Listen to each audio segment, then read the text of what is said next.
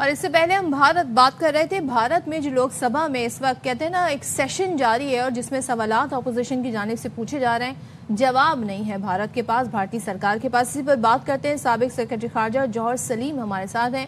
Thank you so مچ جوہر صاحب join کرنے کے لیے۔ سب سے پہلے تو بتائیے گا فالس فلیگ آپریشن میں جو لوگ مرے ہیں ان کا تعلق پہلگام واقعے سے جوڑا ہے مودی سرکار نے، اور ان کے جو وزیر ہیں وہ بتا رہے ہیں کہ جی چاکلیٹ اور ووٹر آئی ڈی ملی ہیں۔ اب یہ جو دعوے بڑے فلمی سے ہیں، بڑے مزے کا خیز ہیں، تو کون ان دعووں پہ یقین کرے گا؟ اب خاص طور پہ جو بھارت اب تک ثبوت پیش کرتا آیا ہے اور جو کچھ کہتا آیا ہے، جتنا جھوٹ بولتا آیا ہے۔ جی بالکل، یہ بے سروپا باتیں ہیں، اور دیکھیے اب اتنا وقت گزر گیا ہے۔ جب یہ واقعہ ہوا تو اس کے کچھ منٹوں کے بعد ہی لٹرلی انہوں نے اس کی ایف آئی آر ایک درج کرا دی تھی اور اس میں کلیم کر دیا کہ پاکستان سے ہے یہ حملہ آوروں کا تعلق، اور سارا جی ہمیں یہ ان کے سکیچز تک جاری کر دیے ان کی جو انٹیلیجنس ایجنسیز ہیں اور ان کی میڈیا۔ اس کے بعد ایک میڈیا ہسٹیریا قائم کیا گیا جس کا نتیجہ اس جاریت کی صورت میں نکلا، جہاں پہ پھر ان کو اس کا جواب ایسا ملا کہ بعد میں پھر ساری دنیا نے دیکھا۔ تو اب اتنا عرصہ گزر گیا اور بہت زیادہ ان کو وقت ملا انویسٹیگیشن کے لیے اور ثبوت لانے کے لیے، لیکن اب بھی ساری دنیا یہ دیکھ رہی ہے کہ کوئی ایسے واضح ثبوت بالکل بھی نہیں لا سکے وہ ابھی تک بھی۔ اور وہ جو ان کا سارا دعویٰ تھا کہ یہ پاکستان نے کروایا یا اس کے لنکس پاکستان سے ملتے ہیں، تو ایون ویسٹرن ڈپلومیٹ سب سے زیادہ جو ان کو نامی کو اس کی وجہ یہ تھی کہ بغیر کسی ثبوتوں کے، بغیر کسی انویسٹیگیشن کے انہوں نے سب سے پہلے ہی پاکستان پہ الزام لگا دیا، جبکہ یہ ساری دنیا کو معلوم ہے کہ وہ خود بہت سی دہشت گردی کی جو ایکٹیویٹیز ہیں وہ ہندوستان خود اس میں ملوث ہے۔ نہ صرف وہ پاکستان میں کروا رہا ہے بلکہ اس خطے کے بہت سے ملکوں میں جو ہے، اور افغانستان میں بھی جو دہشت گردی وہاں سے ایمانیٹ کرتی ہے اس میں بھی ان کا بہت بڑا رول رہا ہے۔ پھر اس کے علاوہ پھر انہوں نے یہ ٹارگیٹڈ اسیسینیشنز کا ایک سلسلہ شروع کیا دوسرے ملکوں میں،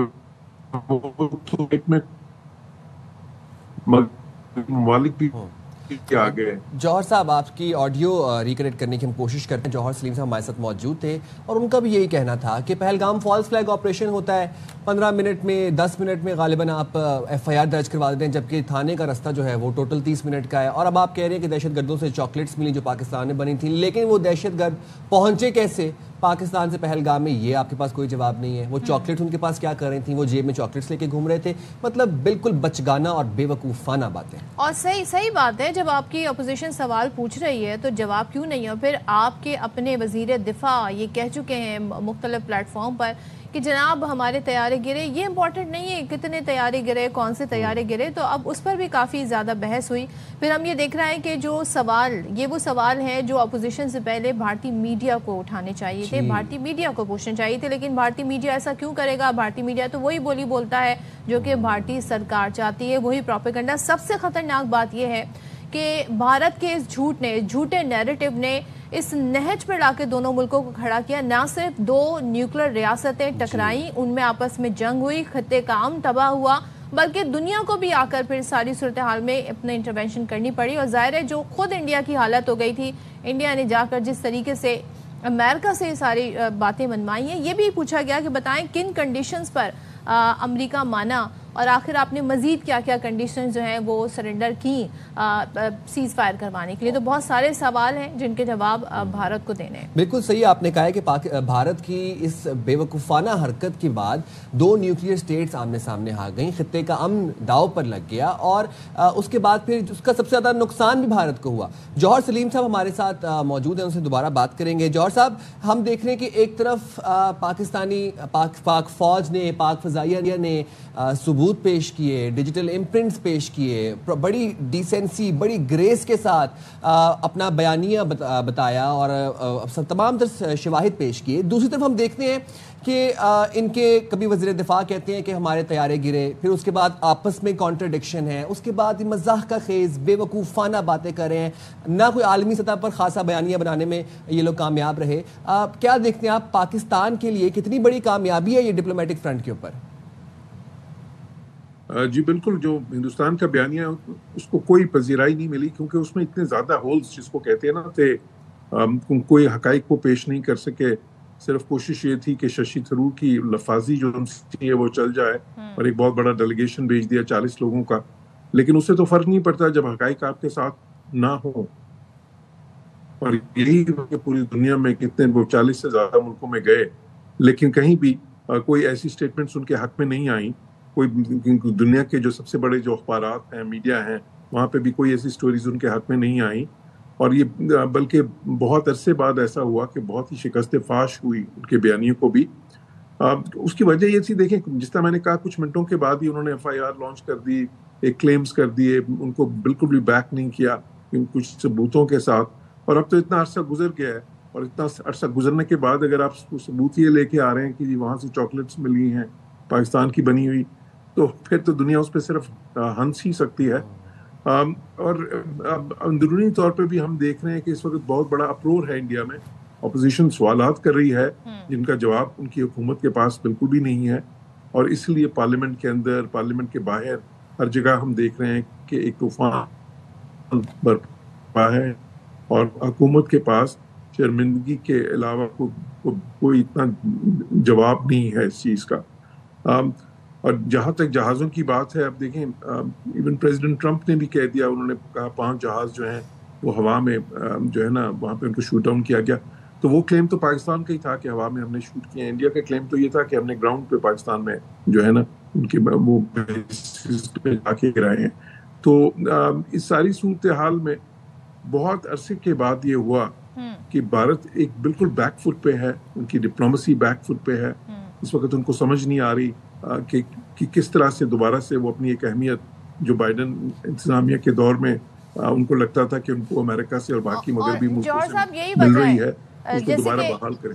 بالکل یہی وجہ ہم دیکھ رہے ہیں کہ پراکسی جو وار ہے بھارت کی طرف سے اس میں بھی شدت آئی ہے. آرمی چیف بھی اس بات کا اظہار کر رہے ہیں کہ فتنت الخوارج اور فتنت الہندوستان بھارت کی ناکام پراکسیز ہیں.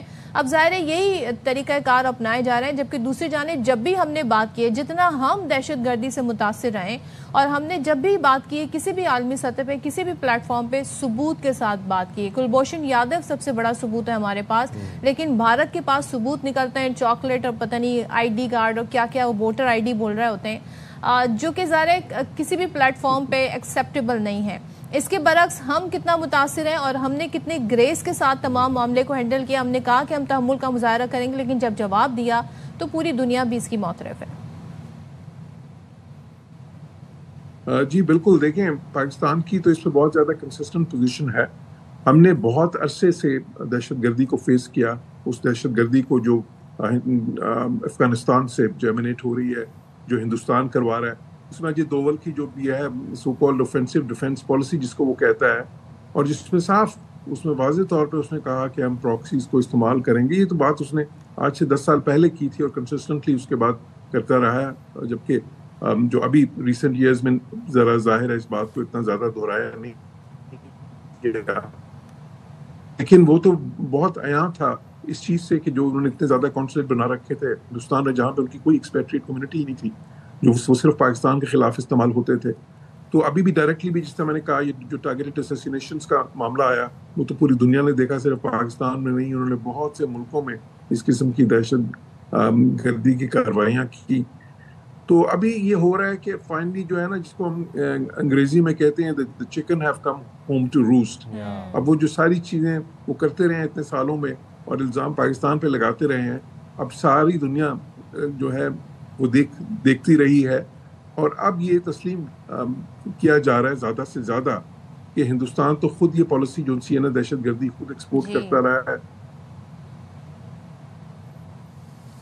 بالکل, بہت شکریہ جوہر سلیم صاحب. اور وہ یہی کہہ رہے تھے کہ پاکستان کا بیانیہ عالمی سطح پر تسلیم کیا گیا. پاکستان از اے ویری آنرڈ کنٹری اور الحمدللہ اس تمام تر معاملے میں ابھی تک اگر کسی کو شکست ہو رہی ہے, ہزیمت ہو رہی ہے تو وہ بھارت کو ہو رہی ہے, لیکن پھر بھی بھارت اپنی ڈٹائی سے باز نہیں آ رہا.